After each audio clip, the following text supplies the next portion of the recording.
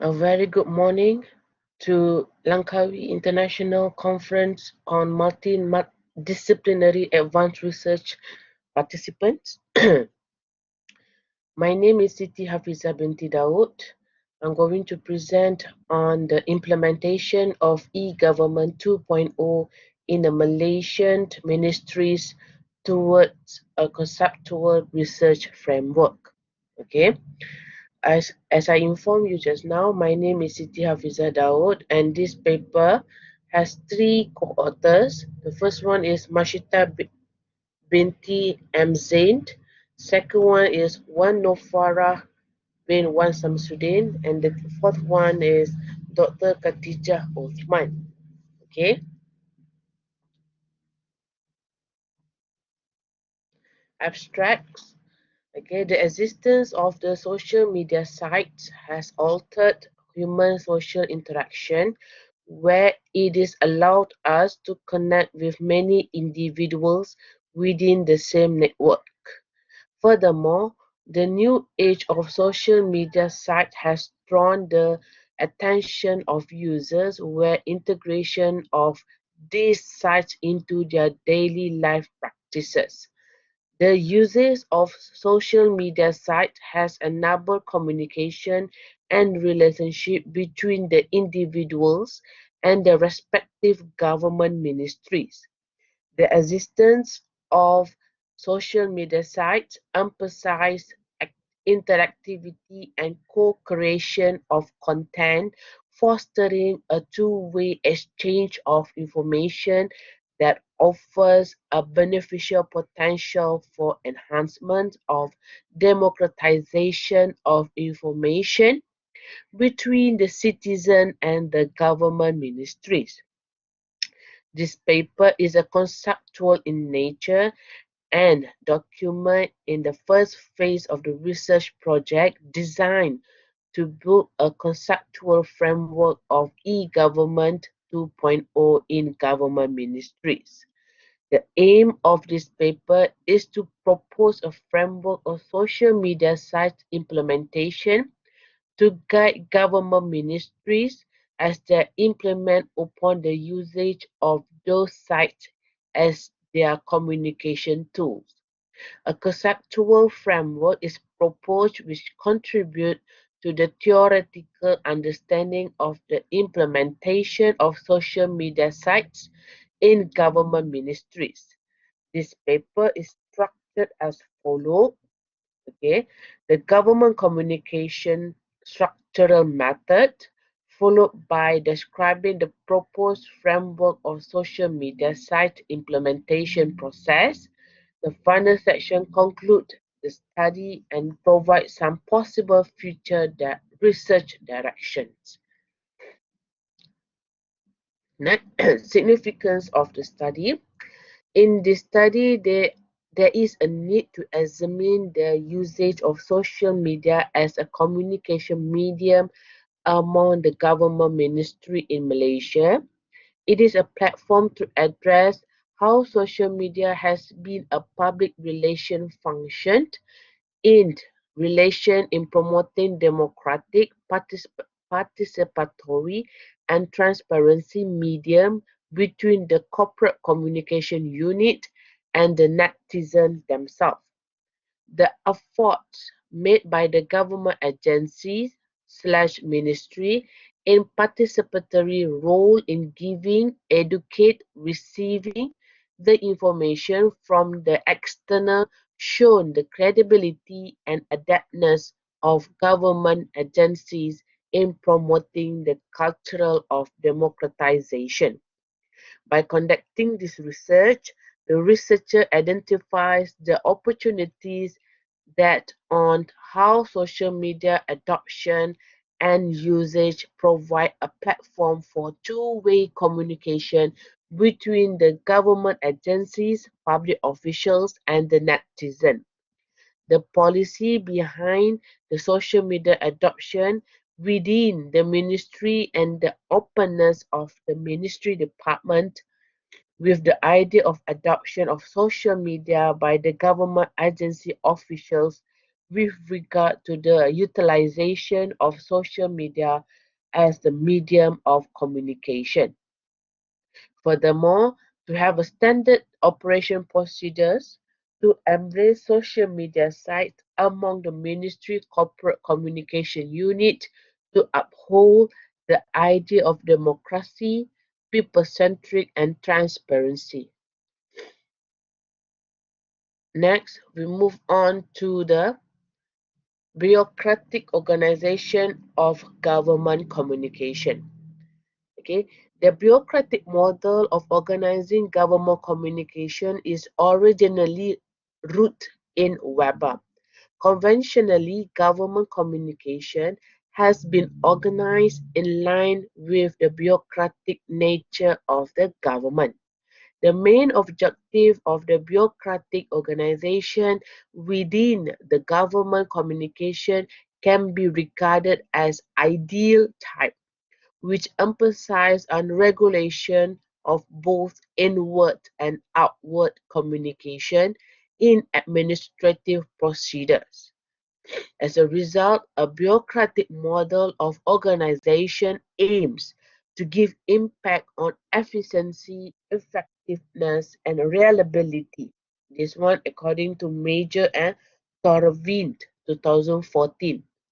Behind the ideal concept of bureaucratic model of government communication, which are centralization, formalization, and boundary creation, which will be explained next. Okay, centralization, believe that outward documentation to be channeled through a limited set of gatekeepers to ensure that the external communication can be monitored and controlled by the central government. The purpose of the central control is to prevent communicative risks such as damage to the organization reputation, the dilution of accountabilities, incorrect communication, and limited operational coordination.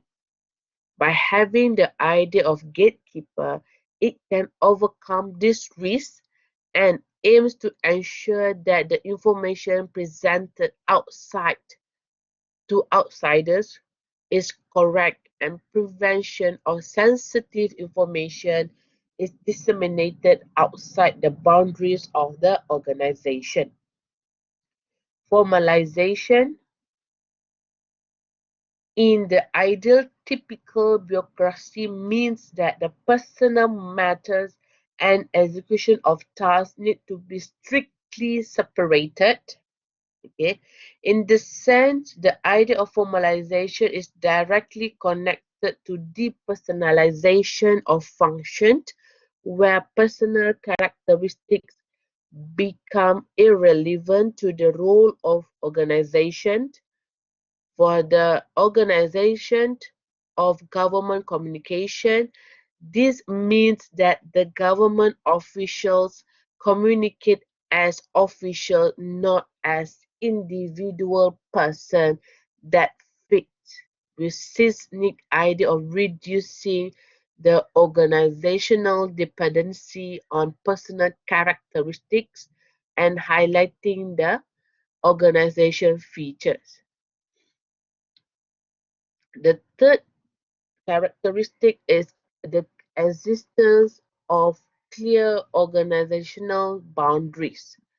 According to Major and Torrent 2014, it is understandable that the internal communication are inevitable connected to external communication. There are two ways of direction. The first one is external signal be processed internally. In this process, components of the organization members may detect external signals that are relevant to the organization. Bear in mind that if these signals are not being processed internally through system of internal communication, the external signal will not triggered by organizational response. The second direction is external communication need to be informed by the lower rank bureaucrats in about the internal process. Low rank level bureaucrats may communicate directly with individual client, okay, to provide accurate information to external audience. Bureaucratic organizations tend to develop centralized and formalized structure to separate internal and external communication in a clear manner. Communication office have been informed in most large government organizations to rationalize the crossing point between internal and external communication. Hence, the communication department acts as gatekeeper for communication with outside world. New organization of government communication. In the previous topic, the traditional method of bureaucratic organization on government communication was thoroughly explained. In this section, the new organization of government communication will be elucidated. There are many discussions trying to challenge Weber government communication. One of worth mentioned is Brafman. Brafman has evolved a popular version of organizing government communication that radically departs from Weber design principle for organization, and Backstorm 2016, where they refer to the decentralization of government communication, and it is similar with the idea of starfish, where it has neutral structure. Moreover, Shirky 2008 suggests that decentralization of government communication, okay, as a new tool such as social media themselves allowed for instant group coordination. Thus, the bureaucratic model of coordination would no longer be relevant, while Weber bureaucracy was at all about stability control. This competing organization model thrived on change and adaptation. We can use the ideas of post-bureaucratic organization where it emphasizes is on decentralization rather than centralization of government communication. Braufman and Backstorm 2006 highlight that centralized organizations are smarter since they use the intelligence that is spread throughout the organization. Furthermore, it stresses that post-bureaucratic organizations are decentralized and rely on cross-cutting network of all kinds of more flexible coordination. Hence, the government communication will not be centralized in communication office or client contract services, but rather distributed throughout the organization to enable flexible response and exchange. The second distinctive feature between the bureaucratic and new model for the organization of government communication emphasizes on personal identities rather than formal channels of communication.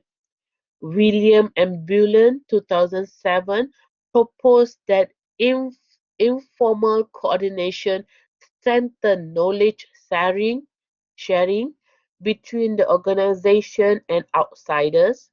The role of individuals in their study reflect the model of self-organization. A new model for organizing government communication would imply that people communicate with outsiders as they would with colleagues within an organization rather than functionaries for the organization.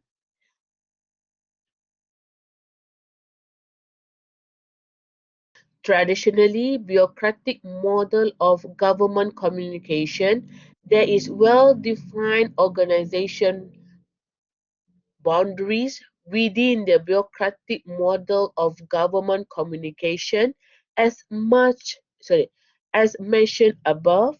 The new model has challenged this kind of interaction where it focuses on the importance of connecting internal and external communication. Brahman and Backstrom stress on the idea of openness, where it became a design principle for bureaucratic organizations and highlighted the knowledge should be available to everybody. This is in line with the new bureaucratic organization of government communication, where personalization is included in communication. Research method. The goal of this study requires researchers to gather data through an explanatory data and content analysis. Okay. Next, literature review, conceptual framework. We have independent variables, we have dependent variable, and we have social media usage as a mediator. Under the independent variables, we have interactivity of web usability, okay, top management support, Islamic work ethic, and training. Under the dependent variable is e-government performance, okay, and the last one, social media usage as a mediator, uh, usage for gratification, media literacy, employment background. Social media usage serve as dependent variables such as for attitude, social media multitasking, life satisfaction, and academic performance. Social media usage been identified as a mediator, for example, connecting parents and social media literacy. This concludes that there is a need to examine the mediated effect of social media usage between independent variables and e-government performance. This is a proposed theoretical framework. Independent variables would be technological context, its interactivity. Under the organizational context would be top management support. Under the individual context, it would be Islamic work ethic, and under human resource development training. Lead to the social media usage as a mediator, and it will affect the e-government performance as overall. Then that's it. Thank you from me. Thank you so much.